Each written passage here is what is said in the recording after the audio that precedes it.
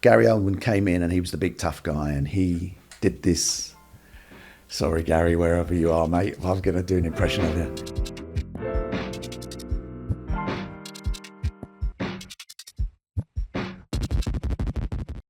Hello, and welcome to the Tom and Tom podcast, where two acting coaches talk about all things craft and technique of acting. I am Tom Draper, Hollywood acting coach, and with me... I'm Tom Lenoci. I'm also an acting coach and an acting teacher, a teaching colleague with Tom. We do a scene study on camera class Tuesdays and Saturdays. Oh, yeah. And we are so pleased to have with us, or chuffed, as they say in England. They do, correct? Yeah, they do. Actor Dan Hildebrand, who is probably most well known for Game of Thrones, Sons of Anarchy, playing two separate characters on Deadwood, and currently in Jumanji 3. That's why we're so lucky to have him, because he's filming in Los Angeles. Thank you so much for coming, Dan. Thank you for inviting me. Listen, I wanted to start at the beginning. Born on a cold day. No. Let's talk about your first interest in acting and your early training, because I want to know how you got so freaking good. Thank you for the compliment. I can't quite remember how I ended up doing this, honestly. I remember my first audition at the Royal Court Theatre in London, which was at the time, I think it still is, a very prestigious theatre in London. And they were doing a play. Oh God, I remember the writer was a really big deal. It was a long time ago. And I auditioned, my first audition, and just fluked my way into the role. I mean, I was obviously something about me was what they were looking for. And I got the part. I really had, I think I'd been in one school play. I'd played Ratty in Pieces of Toad, which was Wind in the Willows or whatever it is. I don't know. I played a rat, and I remember my sister made me a brown corduroy tail, and I wore my pajamas. And but then I left the tail on the bus, which was one of my earliest acting disappointments, I think, really. It's been that way ever since most of the time. But no, I just ended up doing it. I think I'd left school by then. I was 17, and ended up, I got a part in this and did that. And then I travelled around America, actually, and then I went to drama school. Oh. I got into a drama school, got into Central School in London. Usually it's a little backwards. You go to Central and then you audition for the Royal Court. Yeah. Right? You went to Royal Court first. I did, yeah. Got a gig. Yeah. And then felt like you needed training, or? Yeah, I mean, I think I'd sort of decided it was something I wanted to do, ended up doing it. And because I'd sort of been out in the real world, I was running around not doing anything sensible. By the time I went to college, I really valued being at college. I wasn't there to rebel against the teachers or anything like that. I was, I took great value from it. And Central at the time was a really, really solid theatre training school. There's like 4 big ones, right? There's Central School of Speech and Drama. There's RADA, Royal Academy of Dramatic Arts. There's LAMDA, London Academy of Music and Dramatic Arts. And Guildhalls. That's it, Guildhalls. Yeah, I mean, in my day, I'm sure they've changed now. Well, there's a lot of them. But and I remember I'd basically I'd auditioned for Central one year and got in, and then the next year I ended up going out with an amazing playwright called Peter Nichols, his daughter. I used to go out with his daughter, and I knew I wanted to do acting, but I really didn't know anything about it. And I asked him if he would help me, and he said, well, look, there was a play I wrote called The National Health, and there's a character in it, and there's a speech that character says. Maybe we can look at this speech, and I can help you. And so he did. He really generously sort of talked me through this speech and taught me how to act, really, in this one speech. And then I went back to Central, and I was auditioning for them. And they said, we're not, can you come back at a later date with a different speech? They were obviously in two minds about me. And I said, yeah, of course. What's the speech? And it happened to be this speech from the National Health.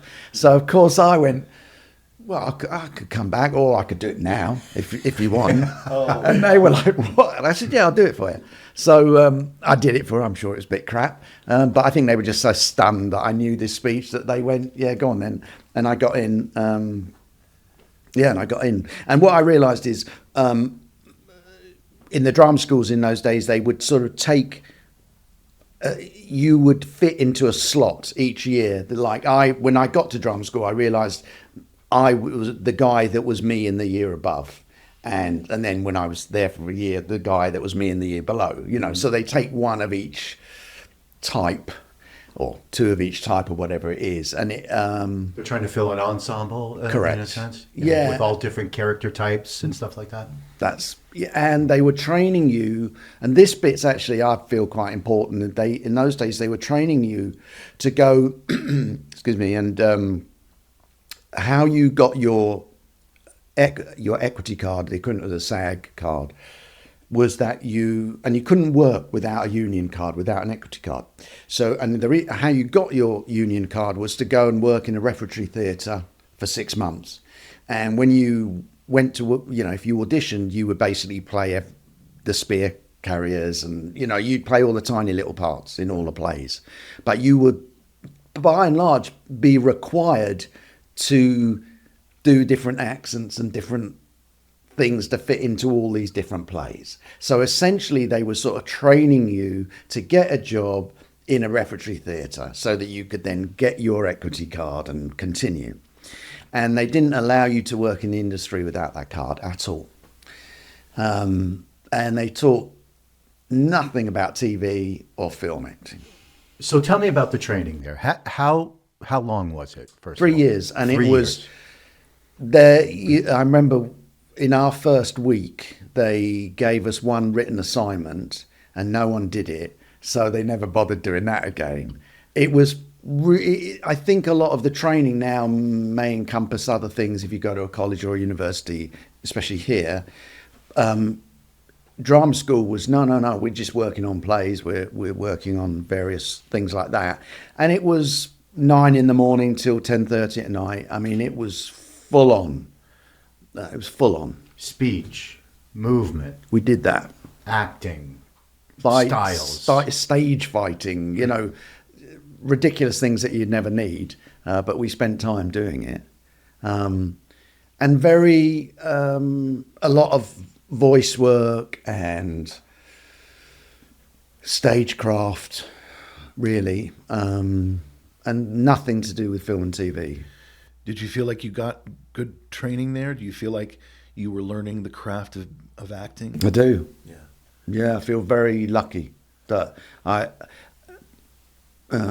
mean, it's really interesting because it definitely provided me with a base for everything that I've done later. How so? Just that ability. To be aware of your voice and how you're using your body and stuff like this, which if you're a character actor, which is what I am, is incredibly useful.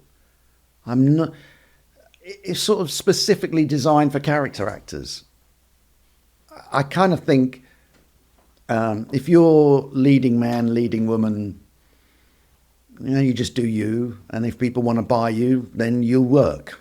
But even they have to be so aware of body and movements. You're so aware of that. I went to, before I went to drama school, again, this is all in the deep mists of time. Shredding your brain, pulling it out. But, I went to a mime school sort of training. And because I studied with Marcel Marceau's teacher, right? Yeah. No, hang on a second. No, I studied with Delacroix, was that his name? Yes. Yeah. And one of his main students was my teacher, and was really amazing technician, just a physical technician. And so it wasn't like, oh, I'm trapped in a glass box. Yeah. It was like, you know, What did you learn there? Like, what? just awareness of what different physicality does. It was unbelievably useful. And, you know, I wanted to be a clown is what I really wanted to be. I like making people laugh. And, you know, I used to like to make my mum laugh. You know, it's fantastic. And also, so I do jump around a bit. But my mum was my first acting teacher because she said to me, she said, keep your mouth shut. You look stupid when your mouth's open. So, you know, and I quite like to put this theory to the test. So I'll sort of go, I'll look over there, and then I'll look over there, and then I'll do it with my mouth open. Do I look stupid? I think I do. You know, I think it was a really good... Tom mentions that a lot in class and gets people aware of what they're doing with their mouth. Sometimes when their mouth is open, they're looking maybe potentially stupid. And that might not be the direction of the character and the way the scene is going. And Tom kind of points that out to people. I think it's probably inspired by what you just said. Yeah, it's these things are great. You know, I think...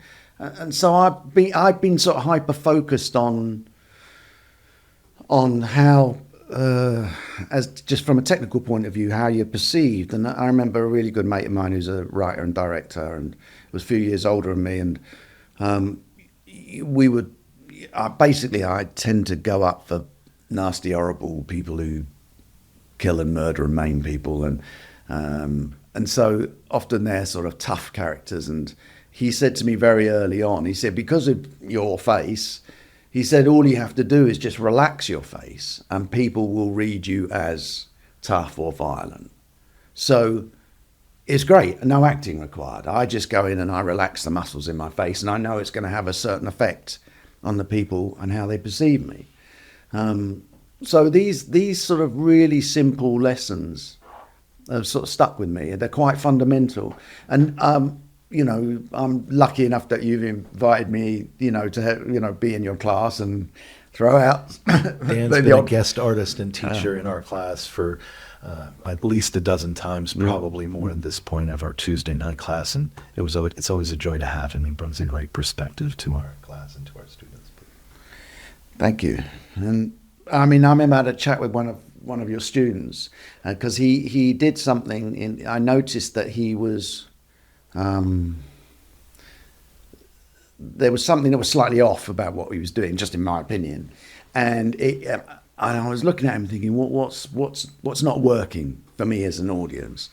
And I remembered one of my teachers at Central saying to me, they were pretty blunt in those days, and he said to me, he said, what you're doing, Dan, is you're thinking and then you're talking. So maybe you do it at the same time, it'll be better. And I went, yeah, that's a fair point. And so actually these kind of really basic instructions sometimes help to cut through what might be a hindrance or might not be making you effective. You know, all the right thoughts are going on, but if it's literally like, and then I'll speak, that might not be what's required. So, was that the issue with the actor? Yeah, I think it was, and you know, I'm respectful of you guys and how you teach, which I think is very good and very effective, and really helpful. And I know that I come from a slightly different background in that way, and that I'm used to people saying some quite outrageously straightforward things to me, so I'm very careful when if I offer. Didn't at some point say to you, "Be better"? Something. Do you know what he actually said? Yeah, what did he say? So, he actually said to me, and I quote, "Do it better, cunt." Wow. So feel free to bleep that if you have to, but that's what he said. That C word has a slightly different connotation in the UK as it does in the US. So, but it's a little more commonly used in England than it is here. But curious about, well, a couple things. I think on the heels of what you just said, I think, and coming from the British if I want to say system, right? You have commented before that you are so in tune with how you as an actor and a character are perceived. And I hope I'm not putting words in your mouth, but you have said before that in a manner of speaking, the inner life is not really important to the audience. Clearly, you've said it's irrelevant. It's really about how you are coming across and how you are perceived is really the major thing in terms of your craft as an actor. It seems to me, from what I've heard from you. Can you speak a little bit on that? Yeah, I actually do feel that, and it's obviously not always true, but I may have relayed this story to you at some point in the past, but I remember talking to an older actor who had been in, I think it's Fellini film, and 60s and whatever, and he said that he was asked to run down this hill, lean on the fence, he gets to a fence, and then he sees something he's never seen before. And and so the actor said, well, what is it? What am I feeling? What is it that I'm seeing? What am I reacting to? And I think it was Fellini said, I don't know yet. But just run down and see something you've never seen before. Okay, so he ran down and he leaned on the fence and he looked at something he'd never seen before. And then when he saw the film, it was his house was on fire. And it read perfectly well. So does it matter that he didn't know what he was looking at that point? All that mattered was that he hadn't, whatever he was seeing, he hadn't seen that before. So it kind of gives the lie to you must experience the truth of what you're supposedly experiencing. And part of it, again, when doing a lot of theatre, you can't necessarily drum up the correct or perfect emotion every time, every night, So what do? You learn to fake it. And was it Groucho Marx said, it's all about sincerity, and when you can fake that, you got it made. So, so part of me is quite influenced by just a lot of the theatre where you're grinding it out and the audience have got to believe you that night rather than it having to be true. In regards to film, that's the power of the edit. From one to the next, and then we impose the thought upon you, right? It's that Russian Kuleshov effect, what they talk about. What is that? Because I don't know what that is. Well, I believe it was, the early Russians were took film very seriously and they studied it. And they did this test with audiences. They had a guy who was just a blank face.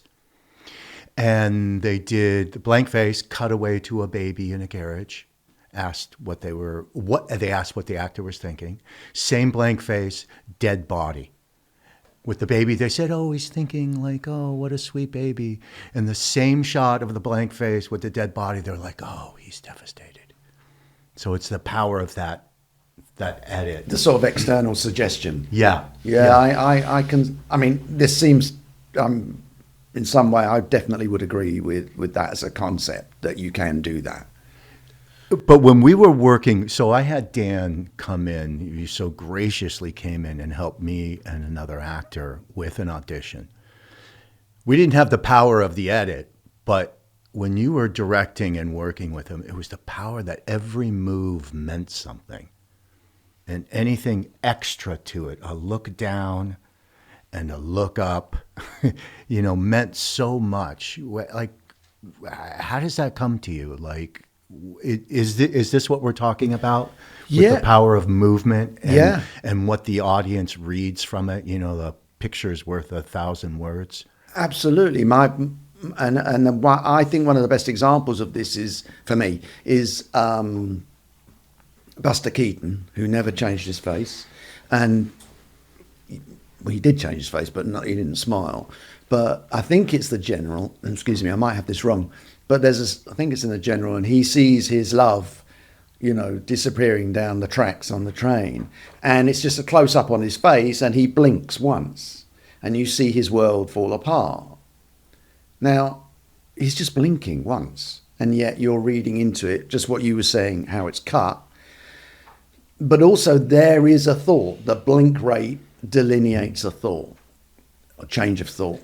And I'm very interested in body language and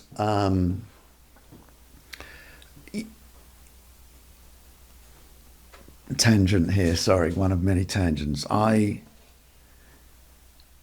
started going out with a woman who had an interesting blink rate. I noticed this in our early interactions. And I remember thinking that's quite odd that she blinks in the way that she blinks. I didn't know what it meant. And I was very attracted to her, and we got on really well, and we ended up living together for quite some time. And it turns out she's a pathological liar, like a complete pathological liar.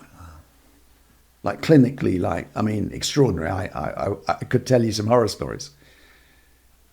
And what I realized in retrospect is that blink rate, when she blinked, she was capturing information, just like a camera. And it would be locked away, that information. And that's what that delineated. I realized later. And when I was much younger, I met a mate of mine who'd sort of disappeared for a couple of years. And when he came back, I noticed he didn't basically blink at all, and he'd been in a cult. And I remember looking at him, and I was talking to him, and I was like, wow, there's no... everything is said with certainty. And I was like, wow, that's really interesting. And so I noticed these things from a slightly dispassionate point of view. And I've been in situations where my safety has definitely been in jeopardy, and sort of violence is about to ensue. And I've noticed the sort of reading people and sometimes stepping within the boundary or moving in a way that's non-threatening but non-passive. I mean, it's harder for me to put descriptive words to describe what I'm doing, but I know instinctively what I'm doing. And I'm acting in a way because I recognize the body language that's being presented to me. And then I'm doing what I'm doing as a result of that. So I've always had a sort of an awareness of that. And I think it maybe comes from a desire to make people laugh. It seems to me from what you've said before to us, there's a line. I mean, you started out even originally kind of interested in dance. You wanted to be a dancer. That's true. And then I think you did a little theater, but then mime school, right? Yeah. I think and then you mentioned at some point, I remember we were talking about learning lines, and you said you actually, if it's okay for me to say, you have challenges learning lines. Terrible. But you said something about linking it to physicality and to movement. And I think that's amazing too, that you're connecting the two literally even in the learning lines. Could you speak a little bit about that, about your method? Yeah, I've always struggled with lines, remembering anything, but particularly lines, and they don't. When I look at something, there's a sentence, there's a full stop, there's another sentence, and unless I find the link between those two sentences, the thought link, I can't remember the next line. And you give me a bunch of Shakespeare, and I'm going to struggle. I'll get there, but I'll struggle because it's a big old chunk. But if I'm doing something within that speech, then it's much easier for me, because I know that the next thought was linked to looking at that bottle. Like my eyes slid to that bottle then. So I know that when I'm repeating that, my eyes slid to that bottle is on that line. It just cements it for me when I link some action and some memory or, a thought. They just work better for me. We talk a lot in class about linking thought to speech, right? So thought and lines, but physicality and movement to lines. I think sometimes our students seem a little reticent to do that because they feel then they are too over-rehearsed, they're too practiced. But what you're saying right now makes me think of film, how important continuity is, for example, in takes when you're doing movement. So how wonderful that you're linking movement and physicality to lines so that there is a consistency in what you're doing from take to take in a film process, right? Which is amazing that you probably discovered that in theater, but what a beautiful way for it to translate into film and what you're doing now as a film actor. Well, I think they should, as part of a film acting course, one should be made to edit. Tell us about that. Because when you're the editor and a guy's doing an amazing performance, but his hands are doing this in this take and they're doing that in the next take, how are you going to fix that? And it jolts the audience. Me probably more than most because I'm conscious of this, but I think it jolts everyone when someone's talking this way and then you cut back and the head is over there and it's noticeable. Well, teach people that. Now, I'm very conflicted about all this stuff because I'm completely locked into sort of physical stuff. But my favourite actor and actors tend to be the exact opposite. I think my favourite actor's an actor. She's called Paula Malcolmson, who's just this phenomenal actor. Love. It's just an extraordinary. And she does the best getting out of a car acting I've ever seen. She can just get out of a car and walk somewhere, and there's life. There's something going on. She's really connected to what's happening in the scene, what's happened before, what's happening next. And I would imagine she works in a completely different way to me. And I'm, a huge fan of hers. I just think she's fantastic, phenomenal. But, for me, I like to map it all out. And I use the analogy of learning to drive a stick shift car. When it's conscious, it's really difficult. It's like, foot, where does that go?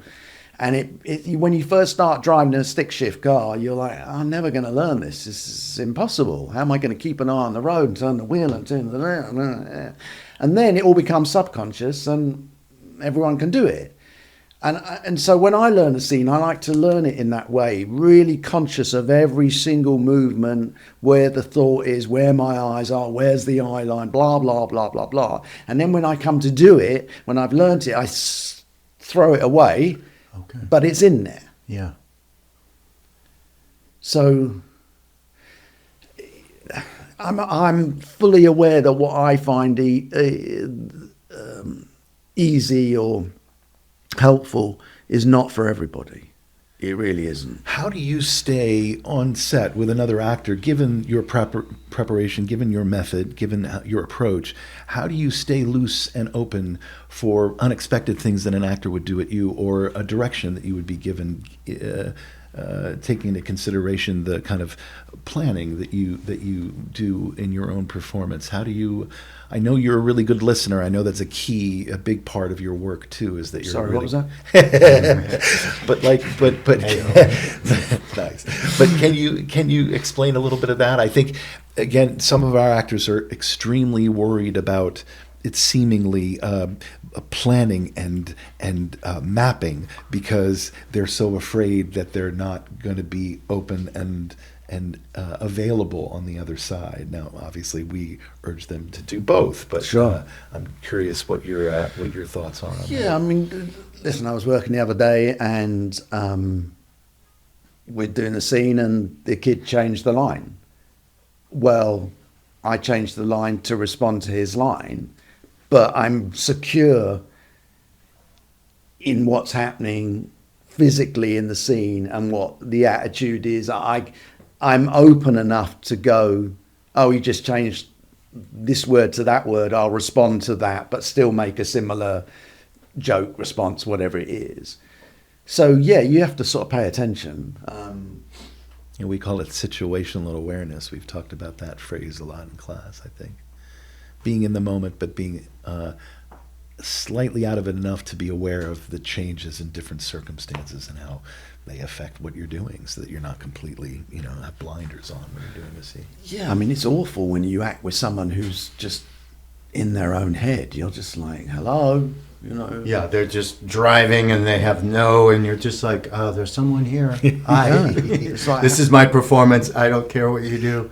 and I wouldn't want you to mistake my sort of sense of preparation for that. Right. And also I would definitely split self-tape and real world acting. Yes. Okay, They're let's talk two about huge that. different things, I think. You were saying the other day with me and the actor, which you came in and helped us out, you were talking about the parts that you've gotten. You were never right for it. Correct. Tell me about that and your approach to auditions, which I found absolutely fascinating. Again, just being essentially a character actor, I think I've done 2 or 3 jobs in my whole time as me. Everything else I've done is not me on any level. So I've always had to pretend, that's what acting is, just pretending for grown-ups. But I've had to make a decision. All right, I am not a Russian colonel. I am not a... Large. You were saying you've got cast for people who are supposed to be extremely large. Yeah, whatever it is, I am rarely that person. I'm not psychopathic most days of the week. I'm pretty balanced. And not being a method actor, I wouldn't be investigating that, to get into it.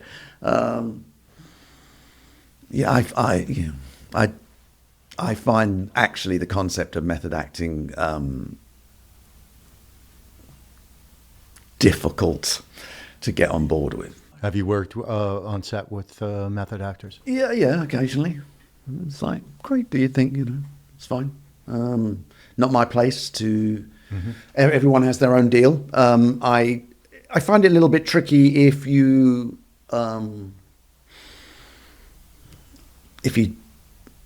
waste time. We've got 100, 200 people standing around. Everyone's time is really valuable. We all got a little part to play. Let's just play the part.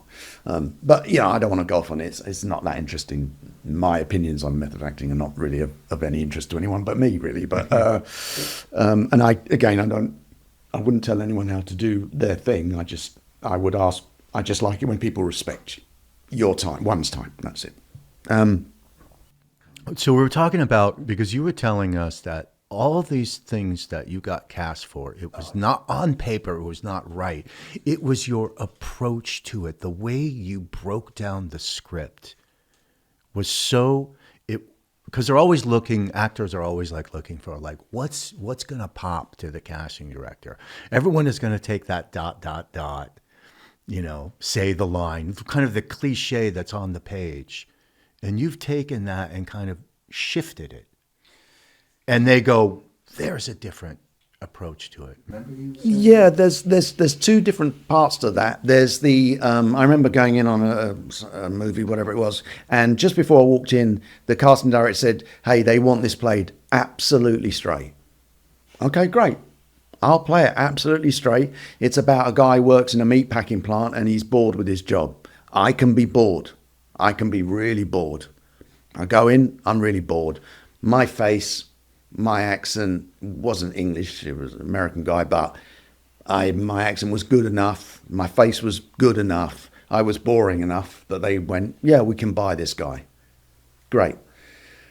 Those parts, they tend to be small expositional parts. They don't really want... This leads back to your sort of script analysis. I think as an actor, you've got to understand what you're being employed for. If you're being employed to be someone who's giving the hot dog vendor, who's giving the exposition about he saw the guy came back yesterday and he had his extra mustard, right? You ain't playing a big character part. You're playing exposition. so that the cops can go, oh, I know where he works, right? You're just a tool. Okay. So when you go up for that, you play the hot dog vendor as a bored hot dog vendor. And if you're bored enough with your job, they'll buy you the casting director will buy you as real and great. We want him for and you make the exposition sound as good as bad exposition can possibly be, then you'll get the gig, is my theory. Mm-hmm. If it's a part where there's a different energy required that's not just exposition, all right, that's a different deal. Now let's look at it. Well, say he's 6'4" and a built guy. All right, I'm not going to get that because I know I've gone up for those parts, and they see my face and they go, oh, he looks like he's been hit in the face a few times, he'll do. And then I go and audition and there's monsters everywhere, and I go, okay, what am I going to do differently? Well, maybe my character can't rely on his physical size, his intimidation. So maybe he's mentally absolutely unstable. All right, let's play with that.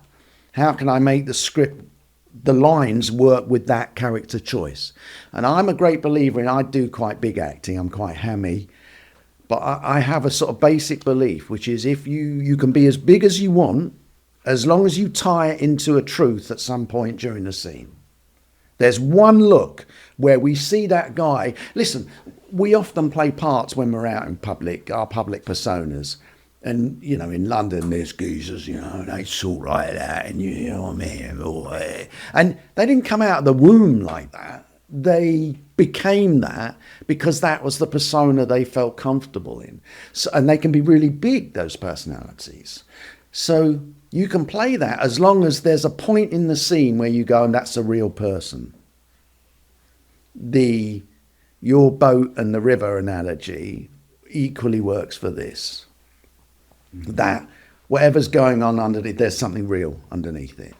It's just covered with a particular costume, a particular way of behaving in public. So I've gotten parts where I'm not what is written, but I've imposed an attitude that fits with the story, number one. It's believable with the story. And the character, although he's big, there is a truth underneath it. And that works quite well.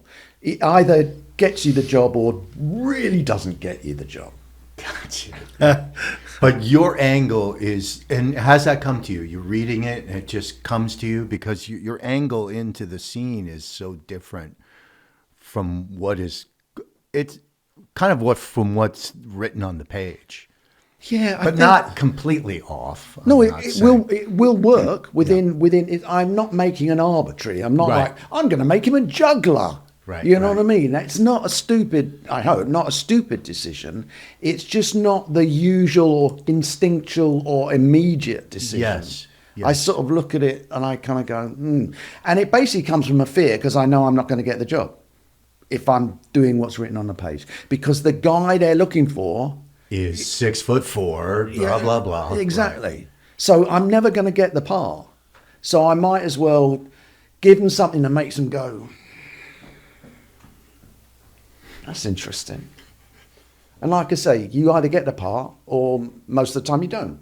Right. But when you do get the part, they kind of value it because they go, I didn't see that before in anyone else. Most of the time they don't care because that's not what they're looking for. But sometimes they'll go, that will add value right now. But again, it comes from the place of never being cast as what I am. So I was always, and this isn't playing a tiny little violin, it's just reality of, okay, I need to do something different.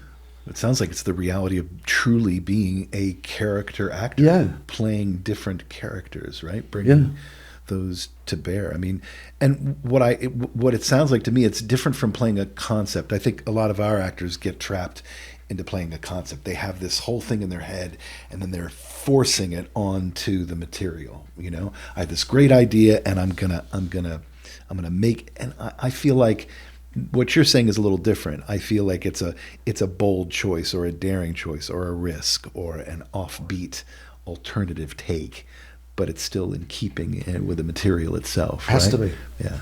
You have to see it working for them, because I mean, I've literally said to directors, which cog am I in the wheel? Because that's how I think of myself. Like, fundamentally, that's how I think of it. And if you go in thinking you're the wheel, you ain't. You've told a great story before about we call it knowing your function, right? Same kind of idea. But you had this great story about a waiter. If you're playing a waiter and your job is to ask somebody what they would like to eat and drink, that's great. Lean into it and have fun and do it. But if you come in, you said with a peg leg and a parrot, you're going to be in trouble, right? That's if you're exactly right. You're trying, it's really not about you. Right? They're going to notice me. Oi, what would you like?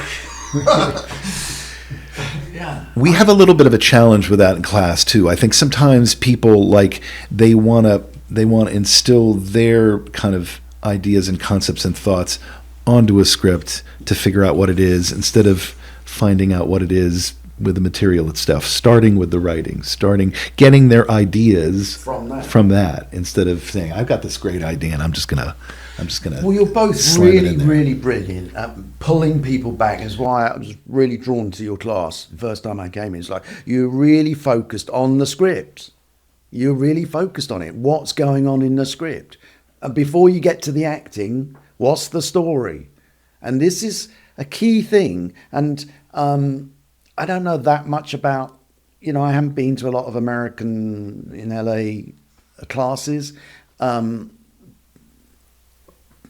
But the sort of insistence on discovering truth, I'm a bit like, yeah, but the line says, you know what I mean? I'm like, it's there.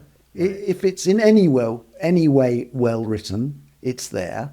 And I think that's where the focus should be on it, because it will tell you what to do.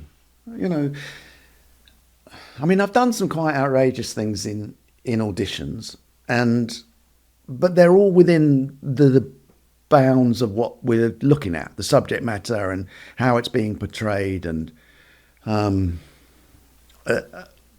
particular casting director, God bless her, has been responsible for all my good jobs basically over the years, and disparate kinds of jobs. And This is Libby Goldstein. yeah, and she's her and Junie Larry Johnson, just, I mean, I can't thank them enough. And because they put me up for things that you wouldn't think that I would have any place going up for. And, sometimes I actually get the gigs, which is amazing. But I've also, Libby is, she's also said to me, like, what the fuck are you doing? Do you know what I mean? So, I mean, I take risks with her because I know that at the end of the day, she won't just go, oh, that guy is never coming into an audition again,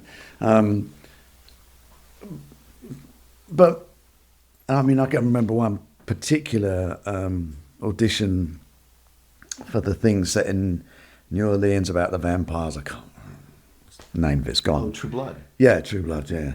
And I was really over the top. I was obviously having a mental breakdown at the time. And I remember Libby just looking at me going like this. And I made some reference. I added some lines in, and the director really laughed because he got the reference. Now, I didn't get the part. I'm fairly sure I made an impression. It may have been a bad impression, but it was, it wasn't arbitrary. It wasn't arbitrary what I was doing. It was still connected to the subject matter, to the area. There was an inference in there. So this isn't like coming in with a peg leg and a parrot on my shoulder. Right. He got the references. And I think that's, I don't, ad lib. It's not really what I do. I try never to do that. I try and respect what the writer's written.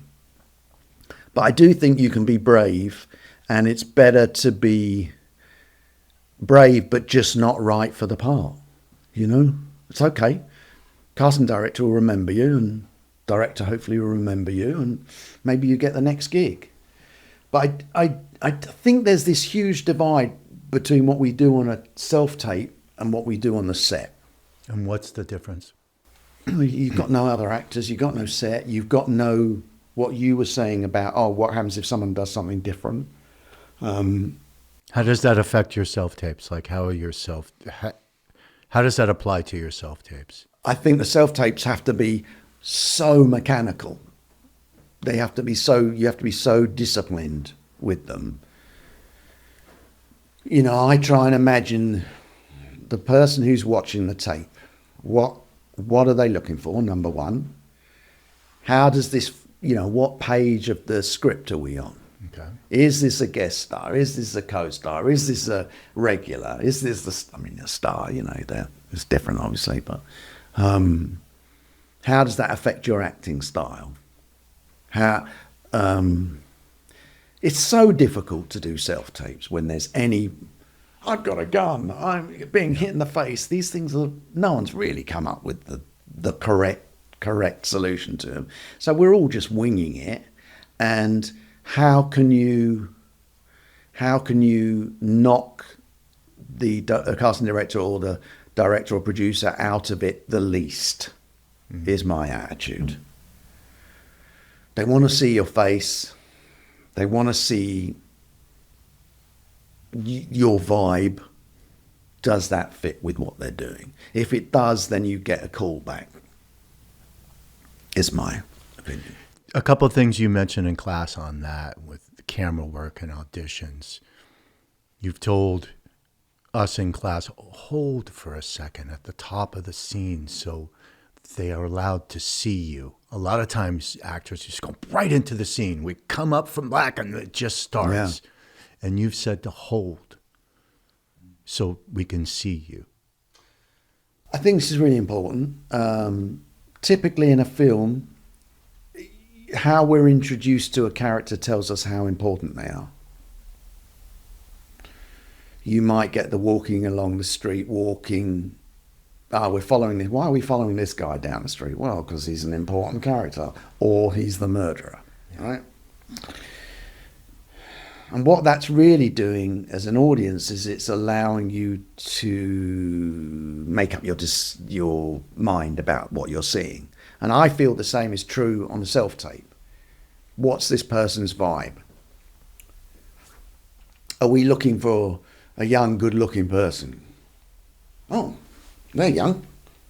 Oh, they're good-looking. What are they going to say? I think that's the process of how we typically see people. We see them first, and it may be me because I'm more visual than audio, but I think we see people first, we make up an opinion of them, and then that's either confirmed or denied by when we hear them. But if I'm given too much information at once, now I'm sort of on the back foot. I'm like that. And I want to be able to lean forward and kind of go, you know, examine them a bit like an animal in the zoo, you know. Yeah. And I think that's how casting directors are. And it was interesting how you mentioned in class, like give an opportunity in the tape to show different sides of your face, like sure. Literally, visually, to create an impulse to look over here to see this side, and right? Yeah. And if you're like me with a very strange shaped face, I know that, for instance, one side of my face, if I'm viewed mainly from this side, it will give a certain impression of me. If I'm viewed from this side, it gives a certain other thing. Yeah. So I'm very conscious of that when I'm taping. Is this character this side or is he this side? And I'm going to favour that or be very careful about when I do that. On this last thing I did, it described the character as Slavic, and so I did my tape. This is for Jumanji 3. Yeah, and when I did my slate, I obviously did it in Slavic, the same accent, because, and you know, someone said to me, "Oh, we watched your tape, we really liked it, and then we really liked that you were from that area." It's like, oh, I'm not from that area. I'm just smart enough to not make you think otherwise. So this is all about affecting people's perception of you in these moments. So it's all part of the same. It's all part of the tape, and you know, it's a much bigger subject, but it's for people like me who are sort of just trained as a character actor. It's a great pity that we are now interested in the real thing. You know, I like the days where you could not be the real thing and still get the gig, but now you sort of have to be the real thing, which makes it harder. And I don't know which is necessarily better. They say the guest sees more in a week than the host in a year. Mm. So sometimes, yeah, you want an authenticity that the real thing brings. But if that authenticity doesn't know how to speak, yeah, great. He's got the body language down, but what? Yeah. So I have different, you know, I'm like, maybe you should have got an actor. You know, if you want some acting, if you want some real communication to go on, maybe you employ someone who knows about that, who may not be the real thing. We've talked about that in class before too, the difference between reality and truth. I think there is a difference. I think, you know, I used to have a teacher that say, if you want reality, shoot a documentary, you know, and he was a big believer in it. As long as it's truthful, as long as there's truth, he said that's the most important thing. I think there's some truth to that too. I think there is a difference between them. I think our goal is not necessarily reality. I think the construct is kind of not reality to begin with, right? Having a writer put something on, you know, computer screen or pen to paper, it's already, in a way, you're already shifting reality to something from something else to something else. So, yeah, I do think truthfulness is important. But you told a funny story about, and this is interesting because of a direct line of casting with Libby and June Lowry Johnson. You went in a bunch of times for, I think, for NYPD Blue, but that led you to Deadwood, right? The Milch connection. Yes, that's correct. I think you said something about Jimmy Smits at one point. Had seen you in a play. I think you were doing Danny in the Deep Blue Sea. No, I was doing The Homecoming by Pinter. Oh, got it, okay. Which is an English play by an English playwright, and I got that job on NYPD Blue, and it was a sort of an amazing moment for me, because it was although it was just a couple of episodes, it was an important character in a procedural show, and it wasn't just the hot dog salesman. He had some influence on the storyline, and I had a lot of auditions for it, and I had to just keep the American accent up the whole time. And my solution to not having a very good American accent was, every time I was asked a question, I would ask a question back so that I didn't have to speak. And I would sort of also, and I'm giving away probably my best secret here, that's got me most work, but I decided that it was very specific. They wanted this guy from New York, and so I gave my character a speech impediment. So that's what they hear. They hear the speech impediment, not the accent per se. And in fact, I didn't speak very much. I got the audition, got the job, and was on the set, and kept to myself, didn't say very much. And then after a couple of days, or two things happened. The director, I think it was Mark Tinker, said, he said something to me, and I asked him something. And he looked at me and went, "Don't talk to me in that phony British accent." Because I'd forgotten, I just asked the question. And then Jimmy Smits at one point, and we did this scene, he had to clout me round the head. And God damn it, we shot it about 60 times. So, he whacked me round the head loads of times. But he said to me, "What part of New York are you from?" I went, "The London part, mate." And, he'd seen me in an English play a week before. But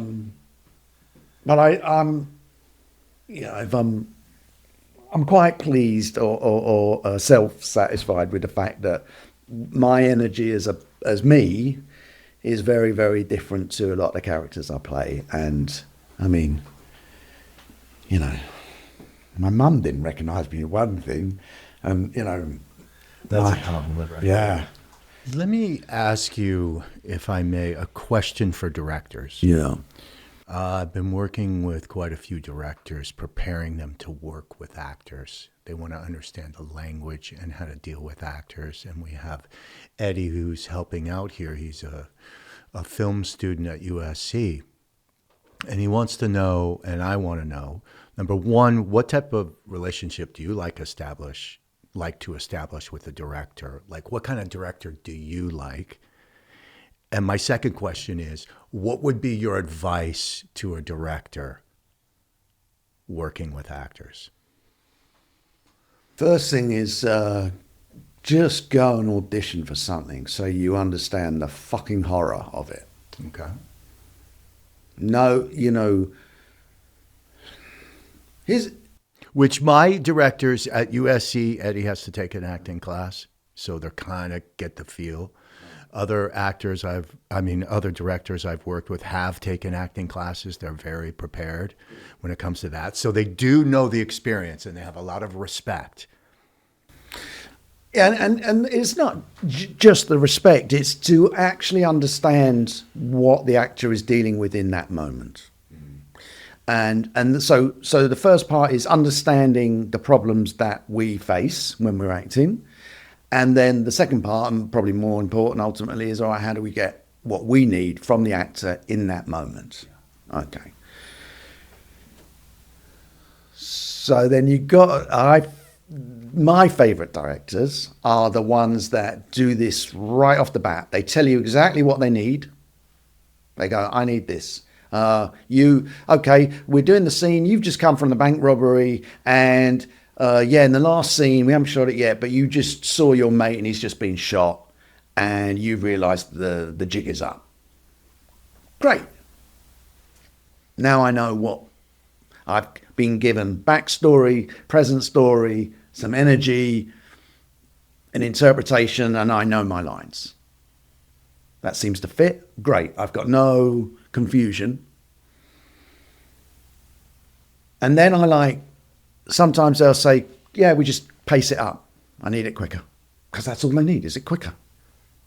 And usually that means less self-indulgence. So subtext of that is stop being quite so self-indulgent. Get on with it.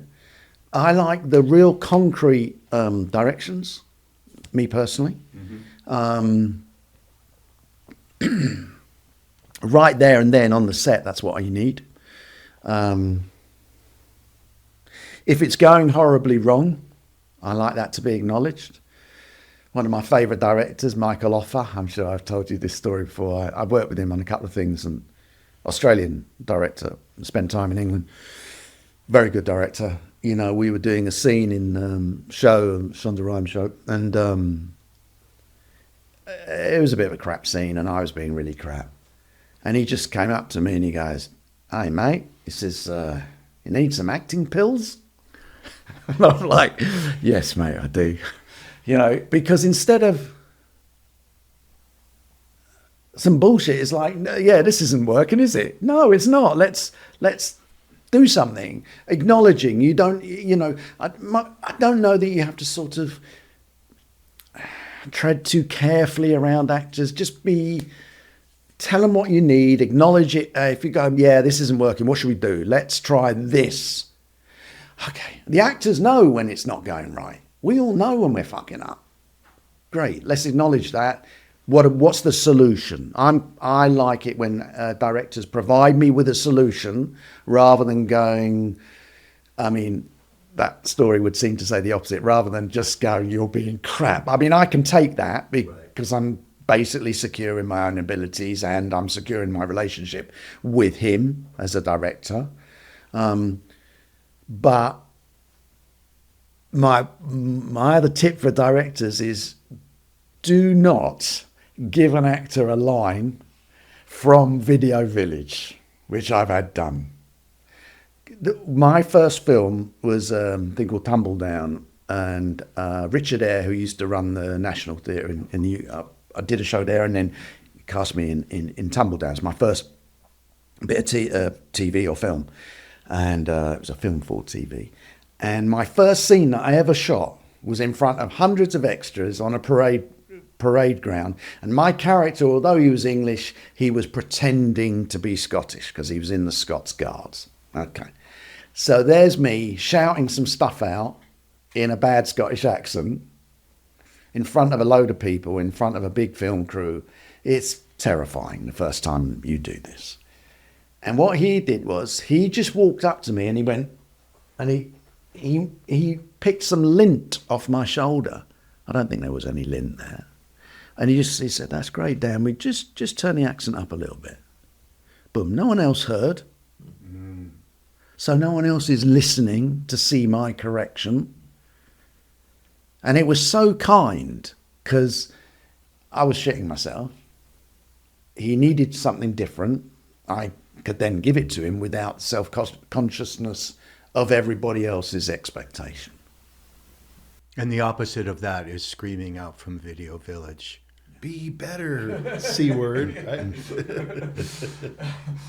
mean, so I think to not involve the rest of the crew in your instructions is vitally important.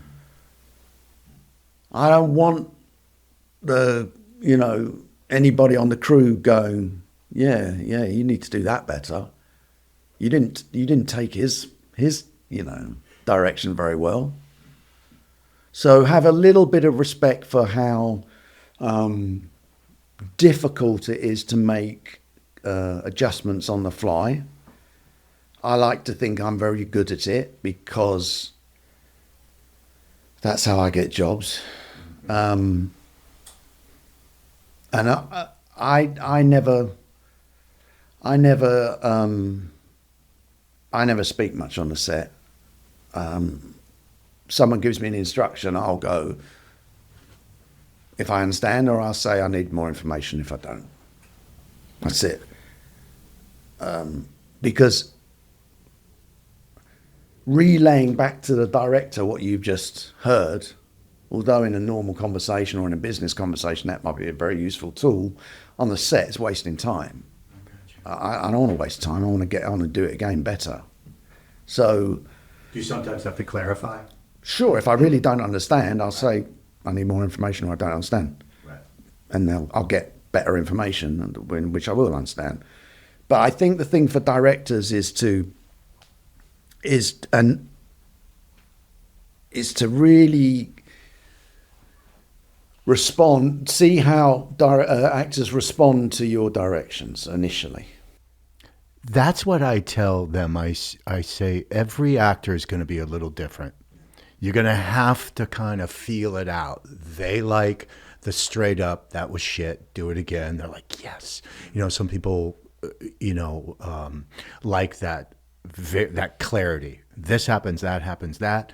Some people like to be a little more like, you're doing great, just maybe just a little right there, So it really depends upon the actor, right? They got to feel it out of where they're at. And the way to do that, if I'm a director, is in the audition process, where you give them an adjustment.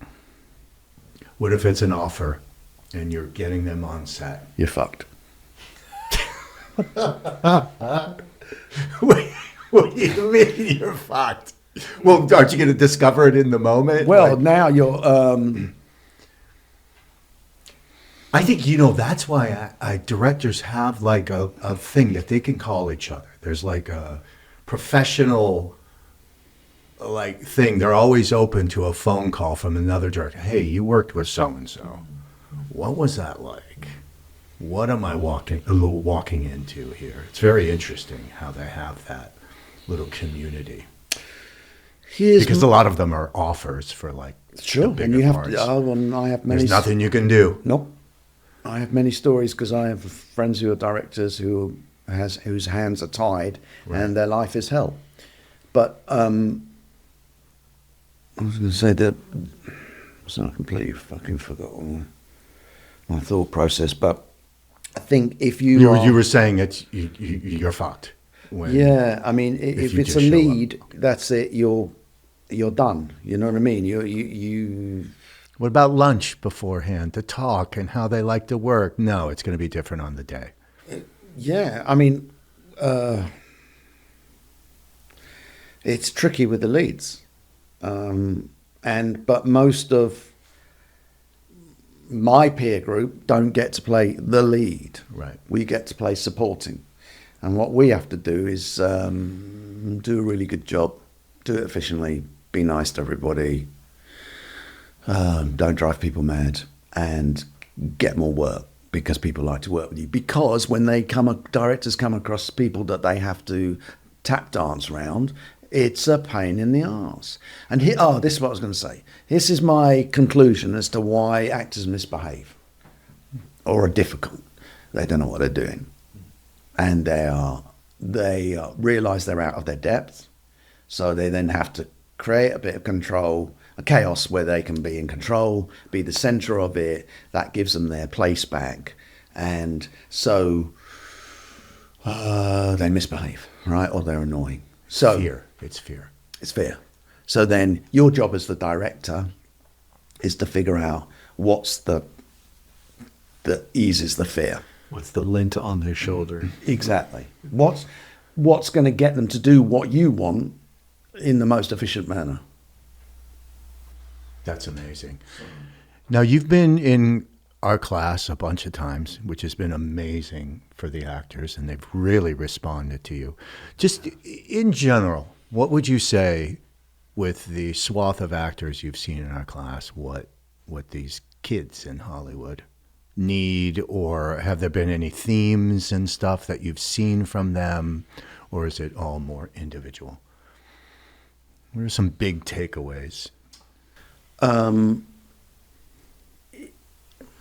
If you don't go through a sort of traditional theatre training or film training, but a traditional, you're sort of, let's just call them the kids. The kids are sort of coming at this really with no idea, and most of the time they're not going to be a sort of character actor type.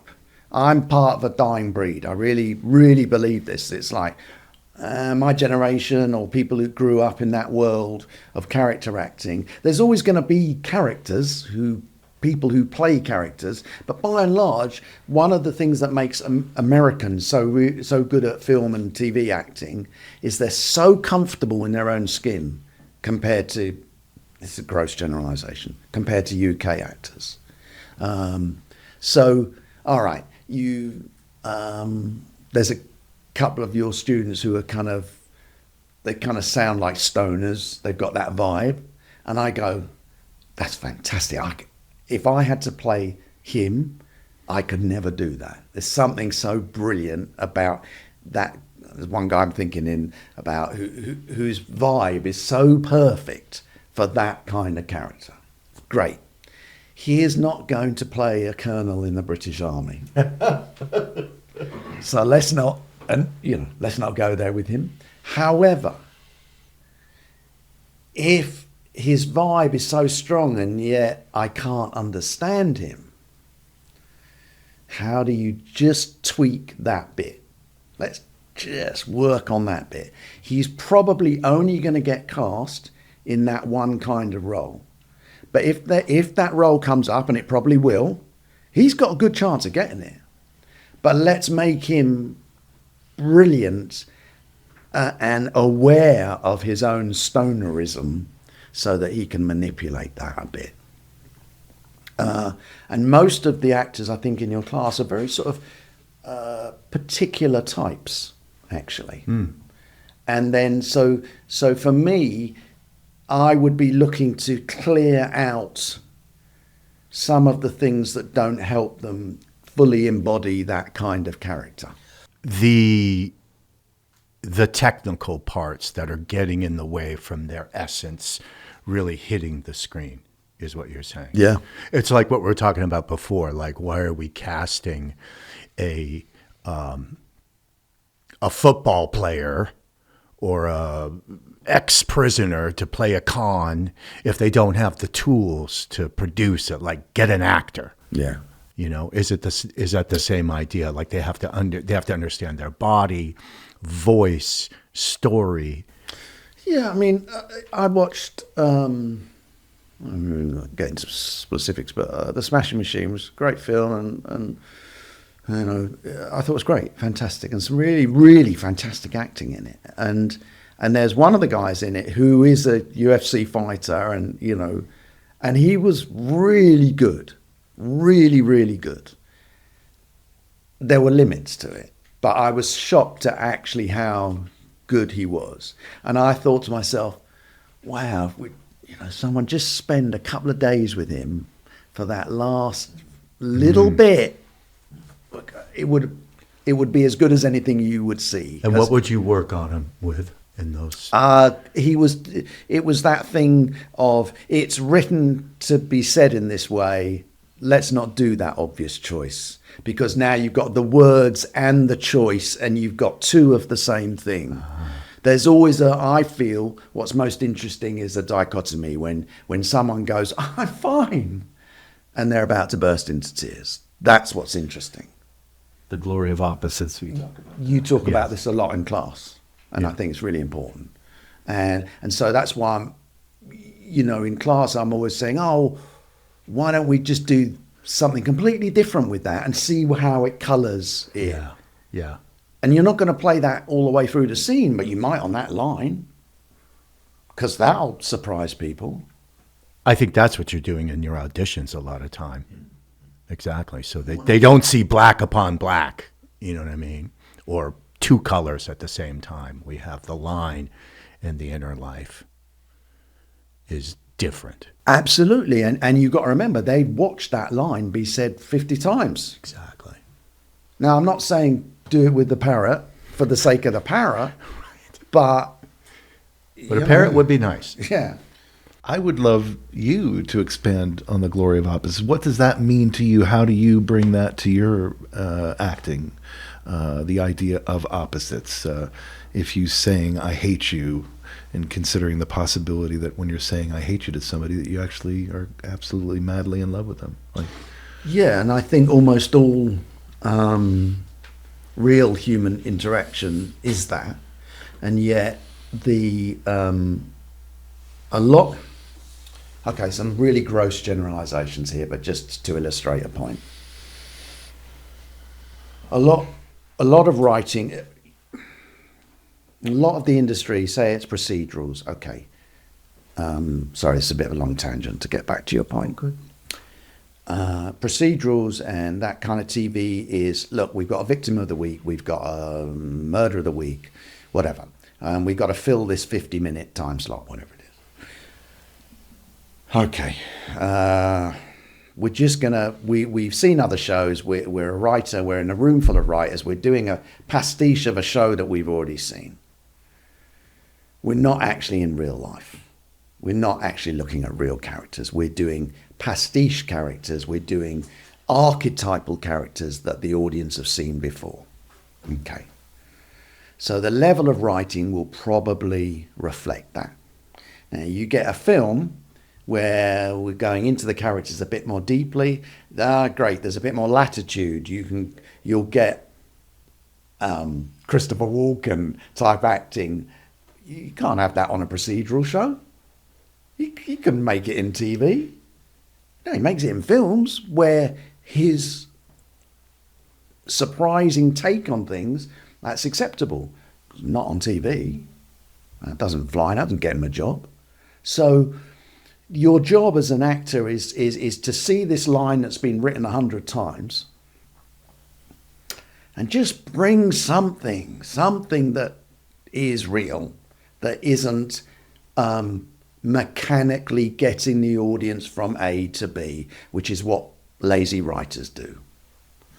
I say this with a slight vitriol because, that's most of the work we do is that kind of work. It's expositional.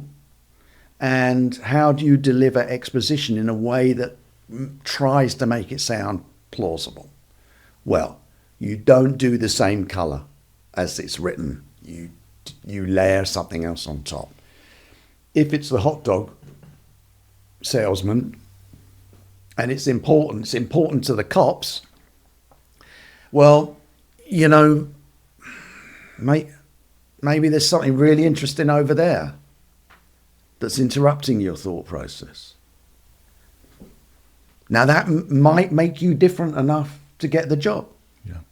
But if you're like, oh, you're the cop and you're the cop, and I'm delivering the exposition, there's no human being there.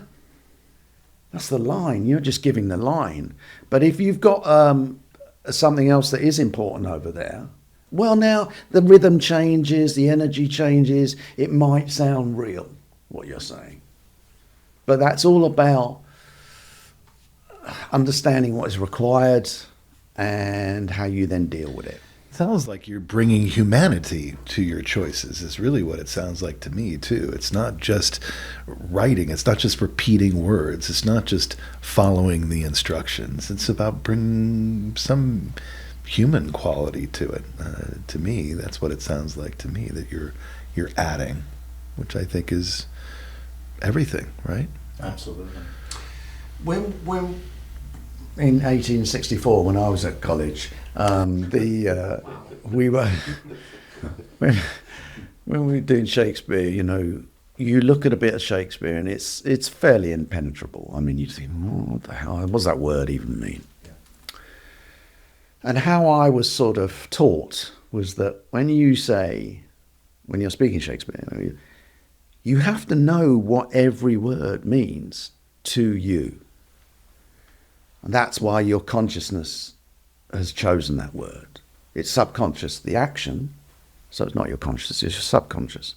But do you remember in class, one of his students was saying something, and I kept asking him, who was he talking to, or what did he say? And all that was about was to try and get him to look at each individual word and find out what his attitude was to that word, which is what I find I have to do with Shakespeare. Otherwise, you'd, forsooth, I mean, it's all gobbledygook. So you have to have an attitude towards each word. And I feel that's the same. If you can do that with these scripts and just look at each individual word and go, yeah, why would I say that word? And that's the conscious of driving the car. And then you throw it away. And you look at the rhythm and you've got sentences, and then you look at the rhythm of the paragraph, and then you look at the rhythm of the scene. How do we move through each thing? Where's it taking us? So it is mechanical for me. Other people are much cleverer than me, and they get it instinctively. I have to look at it. But it sounds like you're getting to something on the other side. Yes, it's mechanical, but then you're throwing it away. So it's not... We don't see somebody doing the mechanics. We see somebody hopefully living in a moment, right? And you doing those mechanics and going through it allows you to make other choices or deeper choices or different choices, because people with just instincts will just go with read it right off the page and there it is. It's the one level that's written there, and it's nice, it's correct, they have a good instinct, but it's not digging deeper into it. And it doesn't have to, we don't have to find gold, we just have to find a little bit of truth, And I'll go back to my hot dog thing. If I'm the day player that's coming in and saying them, oh no, you wanted extra mustard, but there's something really is actually getting my attention over there, and it's kind of a bit of a pain that they're talking to me right now. What's that going to do? It's going to make me real. Okay, good for you, Dan. You made yourself real. But who cares? But if that forces the other actors to engage, now it's going to change their energy. Now they're really there. Now they need to find out my information. So I have actually, by just indulging, but in a bit of truth, I've made the whole scene work.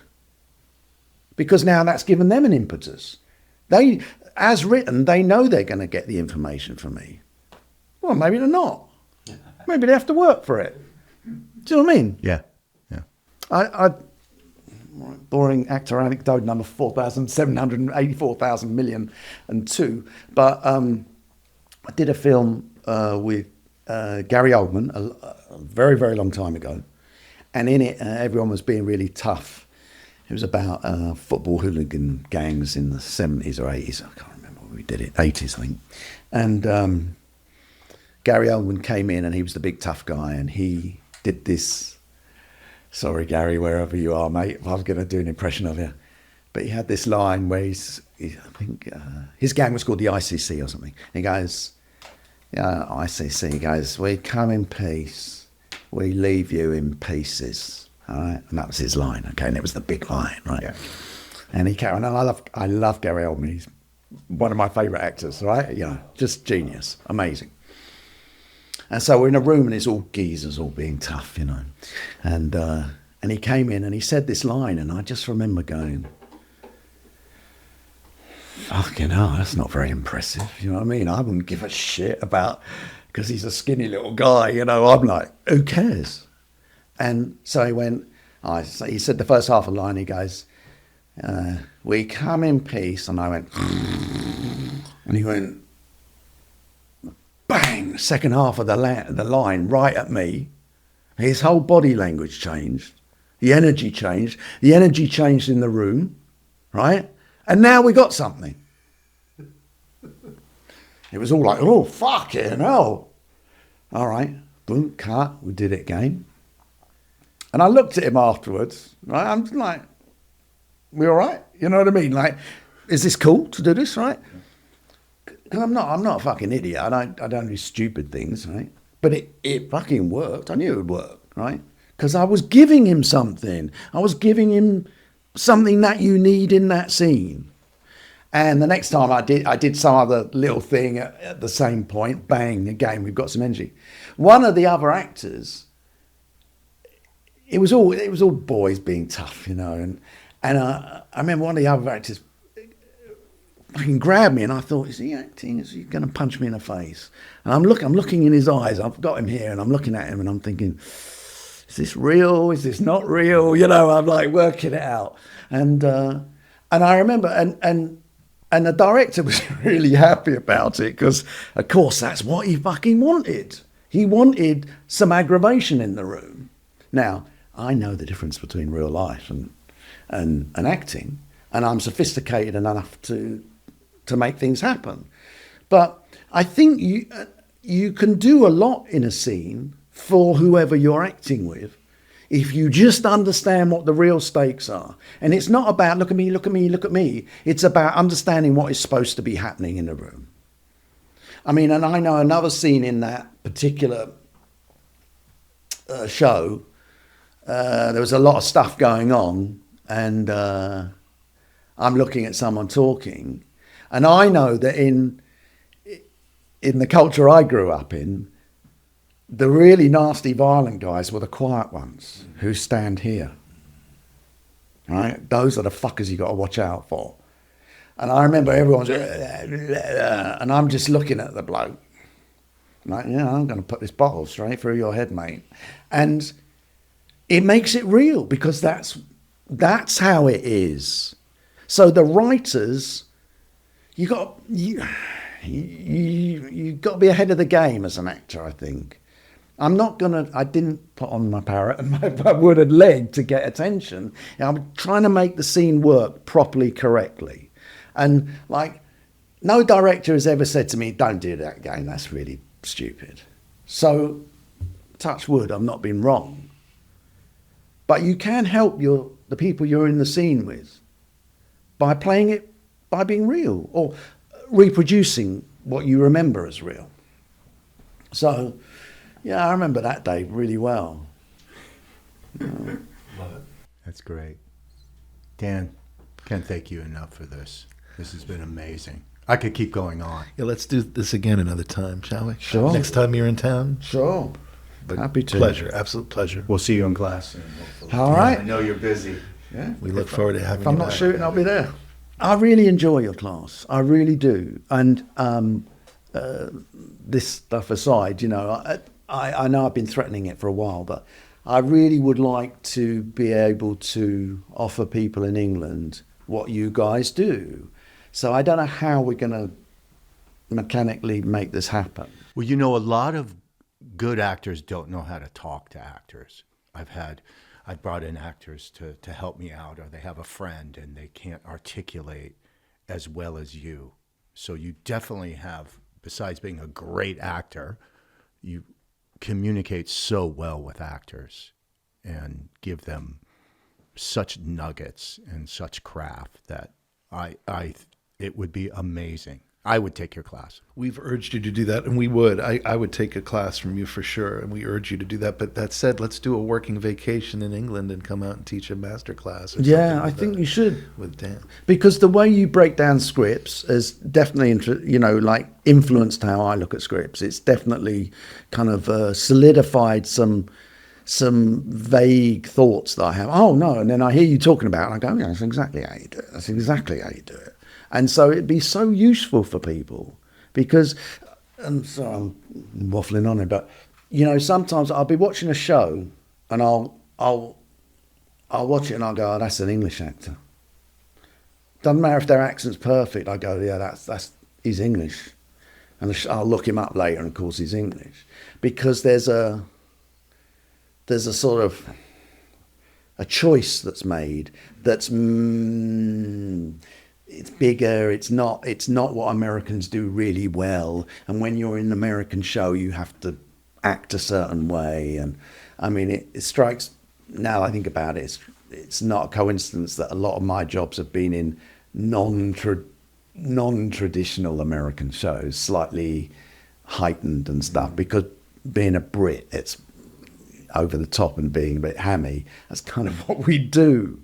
So, it's interesting, the choices that Americans make that often much subtler and better, I think. And I think that a lot of that's to do with understanding scripts and how they're written and how they're broken down and what's required. And you guys have a really clear view of how to educate people on that. Thank you. Thanks. We try. You succeed. Thank you. Thanks so much. Absolute joy. Yes. Always. Great conversation. Well, When does Jumanji 3 come out? Christmas, I think. Ooh. They haven't actually asked me when I'd like it to come out, though. I'd like it for a Christmas present.